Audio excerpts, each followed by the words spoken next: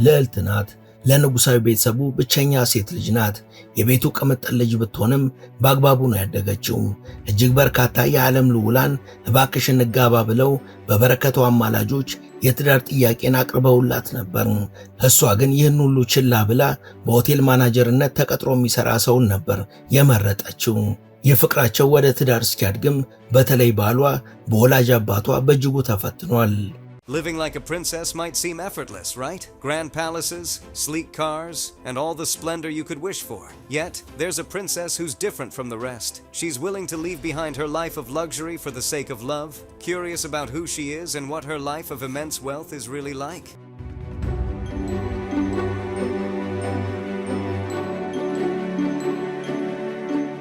ወደ ቻናላችን ቤተሰቦች በዛሬው መሰናዷችን ዓለምን በእጅጉ ስላስገረመችው ልዕልት እናወጋችኋለን።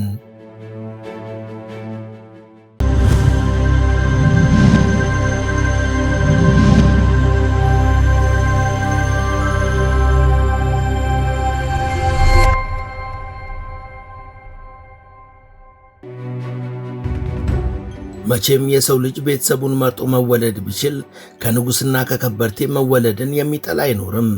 ልዕልት ወይም ልዑል ሆኖ ተቀማጥሎ ማደግን የማይፈልግ አለ ብንል ቃላባይነት ነው የሚሆንብን። እጣችን እንደዛ ቢሆን ኖሮ በግዙፍና በዘናጭ ቤተ መንግሥት አድገን ባሻን ሀገርና ቦታ በፈለግነው ጊዜ ሄደን መዝናናትና አካባቢዎችንም ማወቅ እንችል ነበር። እጣ ፈንታቸው የሰመረላቸው አብዛኞቹ ልዕልቶችና ልዑሎች የሕይወት ገጻቸው ይህ ነው። ታዲያ ከአብዛኞቹ የንጉሣውያን ልጆች በተለየ መልኩ የአስደሳች እጣ ፈንታቸውን ከፈጣሪ ትእዛዝ ጋር አዛምደው ፈጣሪን አክብረው ከተፈጥሮ ጋር ቁርኝት ፈጥረው ከሕዝቡ ጋር ተቀራርበውና ሕዝቡን መስለው በገንዘባቸው ሳይኮፈሱና ሳይታወሩ ዕውቀትን ጥበብንና ፍቅርን ተጠግተው የኖሩ በጣም ጥቂት ልዑላኖችና ልዕልቶች አሉ። እኛም ለዛሬ የማሌዥያው ንጉሥ ብቸኛ ሴት ልጅ ስለሆነችው በበርካታ ባህሪዎቿ ከብዙዎቹ የንጉሥ ልጆች ስለምትለየውና ለፍቅር ብላ የቅንጦት ሕይወትን ወዲያ ስላለችው ልዕልት አስገራሚ የሕይወት ታሪክ እናጫውታችኋለን።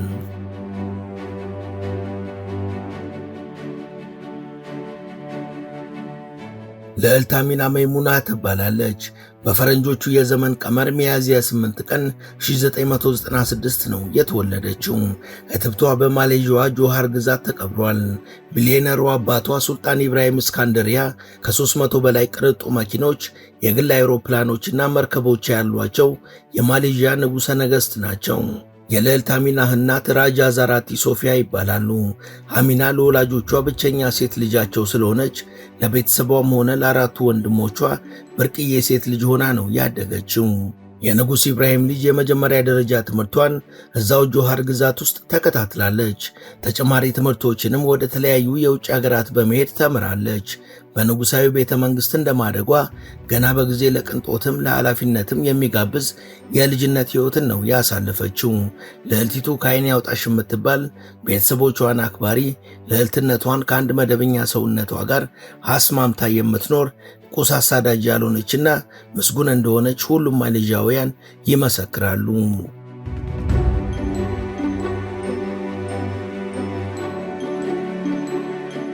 አሚና አባቷ በንጉስነት በሚያስተዳድሩት የማሌዥያው ጆሃር ግዛት የተለያዩ ማህበራዊ አገልግሎቶች ላይ በንቃት በመሳተፍ ትታወቃለች። በተለይ ትምህርትና ጤና ላይ የሚያተኩሩ የበጎ አድራጎት ሥራዎች ላይ ከፊት ነው የምትሰለፈው። የአካባቢዋን ባህልና ወግ ለተቀረው ዓለም በማስተዋወቁም ረገድ ዘውትር ትታትራለች። በቢዝነሱም የምትታማ አይደለችም። በተለይ በቢዝነሱ ዓለም ባሳየችው የላቀ ብቃት ከበሬታን አትርፋለች። ልዕልትነቷን የሀገሯን ዜጎች ለማገልገል፣ ታዋቂነቷን ለሕዝቦች ለመድረስ ተጠቅማባቸዋለች። ለብዙ የዕድሜ ኩዮቿም አርአያቸው ናት።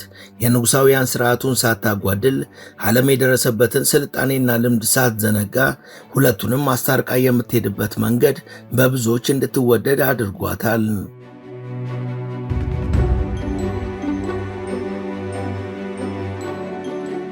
አሚና አስተዳደጓ እንደ ንጉሥ ልጅ ተቀማጥላ እንደ ዘመኑ ሰው ዘመናዊ ትምህርትን ቀስማ በመሆኑ ሁለቱን ጎን ለጎን ማስኬዱ እንዲሁም ዝናና ክብርን ከሰው ፍቅር ጋር ማዋሃዱ ብዙም አልከበዳትም። የልዕልቷ የትምህርት ጉዞ የጀመረው በዛው በተወለደችበት ጆሃር ግዛት በሚገኘው ሶኳላር ሼሬ ኡታማ በሚሰኘው ቅንጡ የግል ትምህርት ቤት ነበር።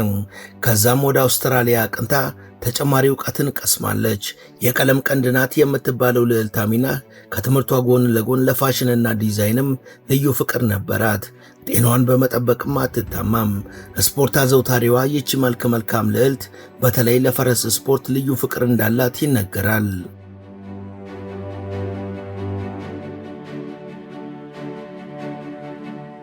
የማሌዥያዋ ልዕልት አሚናህ ያማራት ሁሉ እየተደረገላት በቅንጦትና በእንክብካቤ ነው ያደገችው። አባቷ ሱልጣን ኢብራሂምም ንጉሥ ብቻ ሳይሆኑ የናጠጡ ከበርቴና እሳት የላሱ ነጋዴም ጭምር ናቸው። ከማሌዥያ እስከ ሲንጋፖር ከሪል ስቴት እስከ ነዳጅና የተፈጥሮ ጋዝ በብዙ የንግድ ዘርፎች ላይ ተሰማርተዋል። ሀብታቸውም ተዝቆ ማያልቅ ነው። መረጃዎች እንደሚያሳዩት ሰውየው 5.7 ቢሊዮን ዶላር ሀብት አላቸው። ንጉሡ እንዲህ የናጠጡ ሀብታም ቢሆኑም የኔ ሀብት ለልጄ በቂ ነው ብለው ዝም አላሉም። ጠንካራ እንድትሆን አድርገው ነው ያሳደጓት። በእውቀትም የበለጸገች እንድትሆን ጥረዋል። ሲንጋፖር ሄዳ ተምራ ጥሩ ውጤት በማምጣት በማዕረግ የተቀበለችው የኢኮኖሚክስ ዲግሪዋም ለዚህ እድገቷ ምሳሌ መሆን የሚችል ነው። እሷም የተማረችውን ትምህርት ወደ ሥራ ለመቀየር አልቦዘነችም። ሌንዝ የተሰኘ የራሷን የሜካፕ ብራንድ ለገበያ አስተዋውቃ ወዲያውኑ ነው ተወዳጅነትን ያተረፈላት።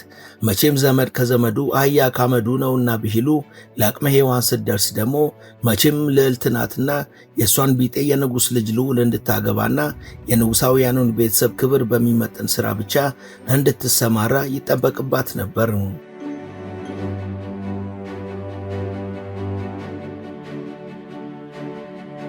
አሚና ገና የ21 ዓመት ታዳጊ እያለች የራሷን ሜካፕ ብራንድ መስርታ ወደ ገበያው የገባች ሲሆን ማንም ሰው የእርሷ የትዳር አጋር ይሆናል ብሎ ፍጹም ካላሰበው ሰው ጋር የተዋወቀችውም በዚህ ሥራዋ ነበር። ይህ ሰው በሆቴል ማናጀርነት ተቀጥሮ የሚተዳደር ነው። በወቅቱ ከዚህ ሰው ጋር ፍቅር መጀመሯ የተሰማ ጊዜ አባቷ ሱልጣን ኢብራሂም በእጅጉ ተቆጡ። ብቸኛ ሴት ልጄን ለማግባት ለሷም ለኔም ለቤተሰቤም ክብር የሚመጥን እንዲሁም የብረት መዝጊያ ማች አይደለም በማለት ፍቅራቸውን በፍጹም አልቀበልም አሻፈረኝ አሉ። እነ ሱልጣን ኢብራሂም ብቸኛ ሴት ልጃቸው የሆነችውን አሚናህን ሊድሯት ያሰቡት ገና የ19 ዓመት ልጃገረድ ሳለች ነበር። በወቅቱ ክብራችንን ይመጥናል ካሉት የንጉሣዊ ቤተሰቦች አጣምረዋት እፎይ ሊሉም ነበር። እሷ ግን እኔ በምንም ሁኔታ የማላፈቅረውን ሰው አላገባም በማለት እምቢኝ አለች። የንጉሥና የቱጃር ዘር የተባለ ሁሉ አማላጅ እየላከ ቢማጸናትም ቢያስጠይቃትም የአሚናን ልብ ግን የሚያሸንፍ ከቶም አልተገኘም። እሷም አባቷ ንጉሥ ስለሆኑ ብቻ የማትወደውን ሰው ለቤተሰቧ ክብር ስትል አግብታው ለመኖር አልፈቀደችም። ውድ የመሿለኪያ ላይፍ ቤተሰቦች አብራችሁን ስለሆናችሁ ከልብ እናመሰግናለን። በአጭር ጊዜ በበርካቶች ተወዳጅ የሆነችው መሿለኪያ ላይፍ ቻናል የበለጠ እንድታደግ ሰብስክራይብ ያላደረጋችሁ አንድ ጊዜ ሰብስክራይብ በማድረግ እንድንበረታ እንድታግዙን አስታውሰን ተረካችንን እንቀጥል። ከቀናት መካከል አንዱ አጋጣሚ ደግሞ ከግራ ጎኗ ጋር አስተዋውቋታል። ትኩስ ነገር ልትጎነጭበት ጎራ ካለችበት ሆቴል ባሊዛ ተመልሳለች። ስንቱን ልዑልና የናጠጠ ቱጃር አልፈልግህም ያለችዋ ልዕልት ለአንድ የሆቴል ማናጀር እጅ ሰጠች። ይህ ዕድለኛ ሰው ዴኒስ መሐመድ አብደላ ይባላል። ከኔዘርላንድ ዋና ከተማ አምስተርዳም ወጣ ብላ ከምትገኝ አነስተኛ መንደር የተገኘ ነው። ዴኒስ እንኳን የንጉሥ ልጅ ሊሆን ቀርቶ የንጉሣውያን ቤተሰብ የሆነ የሩቅ ዘመድ እንኳን የለውም። በአጠቃላይ ዴኒስ ስለ ንጉሣውያን ማንነት የሚያውቀው በፊልምና በመጽሐፍ ላይ ነበር። በእርግጥ ዴኒስ ለራሱ ማያንስ ቢሆንም ይህ ነው የሚባል ሀብትና ንብረት ግን አላፈራም። ይህ በሆቴል ማናጀርነት የሚተዳደር ሰው የንጉሥ ልጅ የሆነችውን የልዕልት አሚናን ልብ ለማሸነፍ ግን ምንም አልተሳነውም። እሷም እንዳየችው አንዳች ልዩ ስሜት ተሰምቷት እንደነበር ከወራት በኋላ ተናግራለች። እሱም አሚና በሆቴሉ ካፌ በየቀኑ እየተመላለሱ አገልግሎቱን ከሚጠቀሙ ልጃገረዶች የተለየች መሆኗን አላወቀም ነበር። እሷም ፍቅራቸው ስር እስኪሰድና ልብ ለልብ እስኪተዋወቁ ድረስ ማንነቷን ደብቃው ቆይታለች። ዴኒስ የኋላ ኋላ የንጉሣዊ ቤተሰብ መሆኗን ስትነግረው ለማመንም ሆነ ለመቀበል ከብዶት እንደነበር ተናግሯል።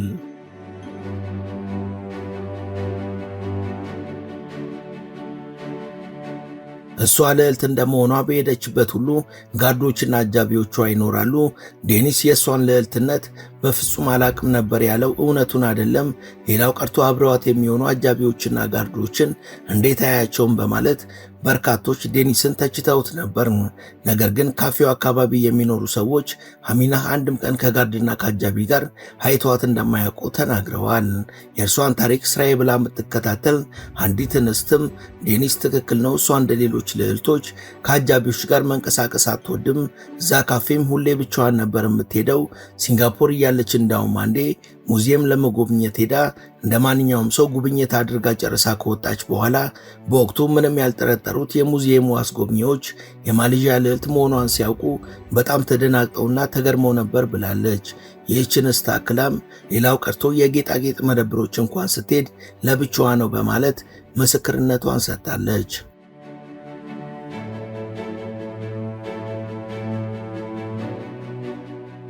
ሱልጣን ኢብራሂም ብቸኛ ሴት ልጃቸው ስንቱን የባላባት ልጅ እምቢ ብላ አንድ የሆቴል ማናጀር ልታገባ መሆኑን ሲነገራቸው በጭራሽ ሊቀበሏት አልፈለጉም።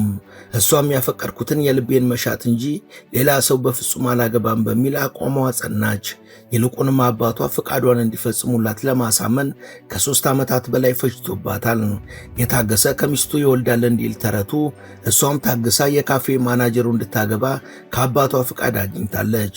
ከዛ በፊት ግን አባቷ በራሳቸው መንገድ ዴኒስን ፈትነውት ካለፈ ብቻ እንደሚፈቅዱላት ገለጹላት። እሷም በሐሳባቸው ተስማምታ ዴኒስ በማሌዥያው ንጉሥ መፈተን ጀመረ። በአሚና ፍቅር የተረታው ዴኒስ ለአባቷ ፈተና ሳይረታ አንዱን አለፍኩ ሲል በሌላ እየተፈተነ ለሚያፈቅራት ልዕልት ብዙ ሆኗል። ንጉሡ በመጀመሪያ ያደረጉት ዴኒስ ሃይማኖቱን እንዲቀይር ማድረግ ነበር። እሱም ያለማንገራገር እስልምናን ተቀበለ።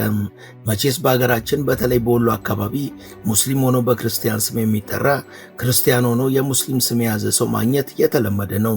መሐመድ የሚባል ክርስቲያን፣ አብርሃም የሚባል ሙስሊም ማለታችን ነው። ሱልጣን ኢብራሂም ግን ይህ የልጃቸው ባል የሚሆነው ዴኒስ እምነቱን መቀየሩ ብቻ በቂ ነው ብለው አላመኑም። ይልቅ አውሮፓዊ ስሙንም ከማሌዥያ ባህል ጋር በሚጣጣም መልኩ እንዲቀይር አዘዙት። ዴኒስም ወላጆቹ ያወጡለትን ዴኒስ ቤርባስ የተባለውን ስሙን ወደ ዴኒስ መሐመድ አብደላህ ቀየረም። ግና የዴኒስ ፈተና አሁንም አላለቀም። ዴኒስ ልዕልት አሚናን አገባው ብሎ የንጉሥ ቤተሰብ ነኝ፣ የማሌዥያ አሊያም የጆሃር ግዛትን ልምራ፣ አንግሱኝ ላይልም ውል እንዲፈርም ታዘዘም። እሱም ፍላጎቴ አሚና የሕይወት አጋሬ እንድትሆን እንጂ ንግስና አይደለም ብሎ ያለማመንታት ፈርሟል። ዴኒስ ለፍቅር ሲል እነዚህንና ሌሎች በርካታ ፈተናዎችን ተሻግሯል። ፈታኝ ውሳኔዎችን በራሱ ላይ አሳልፏል። ከነዚህ የበረከቱ ፈተናዎች በኋላም ልዕልት አሚናና ዴኒስ መሐመድ እንዲጋቡ ፍቃድ ተሰጥቷቸዋል።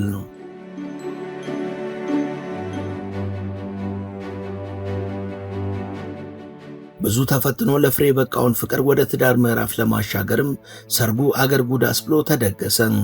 ባጃ ኩሩንግ በተሰኘው የሀገሬው ወግና ባህል መሰረት አጃይባ አሰኝቶ ተከናወነ። ሙሽሪትም ተፈጥሯዊ ውበቷን የሚያጎላ ሳሳ ያለ ሜካፕ ተቀብታ የልዕልትነቷን አክሊል አድርጋ ደምቃ ውላለች። የሕይወት ዕጣ ፈንታ መዳረሻውን የንጉሥ ቤተሰብ ውስጥ ያደረገችለት ዴኒስ መሐመድም የእስልምና ሃይማኖት ተከታዮች የሚለብሱትን ልብስ ለብሶ በይፋ አባወራ ተብሏል።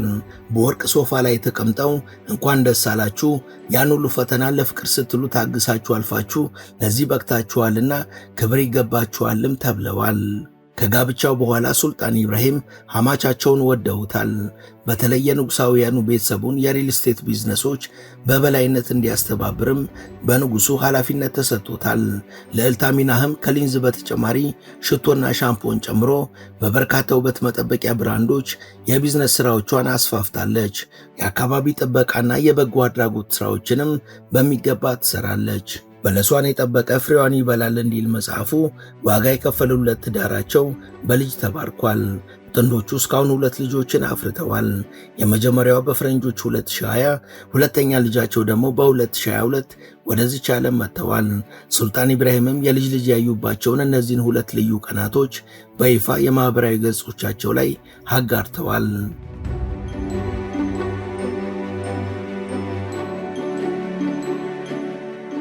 ልዕልት አሚና ብዙ የተወደደችውንና የተከበረችውን ያህል በአንዳንድ ጉዳዮች ላይ ግን የሚተቿት አልጠፉም። በማሌዥያ ወግና ባህል መሰረት ንጉሳዊ ቤተሰቡን ትታ አውሮፓዊ ለምን አገባች የሚሉ የማሌዥያ ዜጎች በዘመናዊነት ሽፋን ሃይማኖታዊ ሴቶችን እየሸረሸረች ነው በማለትም ነቀፌታዎችን ያቀርቡባታል። አሚናህ ግን በራሷ መንገድ የልዕልትነት ትርጉምን በሚገባ ለዓለም አስረድታለች። ልዕልት መሆን ተሽሞንሙኖ መዋልና ቁጭ ብሎ መኖር ሳይሆን ዝናና ሀብትን አዎንታዊ ለውጥ መፍጠሪያ አድርጎ መጠቀም እንደሆነም በሚገባ አስመስክራለች። እውነተኛ ሀብት በሰዎች መወደድ፣ በሰዎች መከበር መሆኑንም በተግባር አሳይታለች። አሚና እንደ ፋሽን ወዳጅነቷ ዘናጭ የተባሉ በእውቅ ዲዛይነሮች የተሰሩ ልብሶችንና ቁሳቁሶችን ታዘወትራለች። ከአንገቷ ጀምሮ ለእግሯ የሚሆኑ ከዳያመንድ፣ ከሩቢ፣ ከሳፋየርና ከኤመራልድ የተሰሩ እጅግ በርካታ ጌጣጌጦች አሏት። እነዚህ ውድ ጌጣጌጦች የሀገሯን ባህልና ወግ የሚያንጸባርቁ ተደርገውም የተሰሩ ናቸው። ልዕልት አሚና ሁሉን ነገር በአግባቡ በማድረግ የተካነች ናት። ለስራም ሆነ ለተዝናኖት ከቦታ ቦታ ስትንቀሳቀስ ምቾትና ደረጃዋን በጠበቀ መልኩ ነው። ጉዞዋ ራቅ ያለ ቦታ ከሆነም በግል አውሮፕላኖቿ ደረስ ብላ ትመለሳለች። ጤናዋን ለመጠበቅ ደግሞ ስፖርትን ታዘወትራለች። ዓለም ላይ ያሉ የተባሉ የስፓና የዌልነስ ቦታዎች ላይም አትታጣም። ልዕልት አሚና በአጠቃላይ በሁሉም ነገር የተዋጣላት ውጤታማ ሴት ናት ቢባል ማጋነን አይሆንም።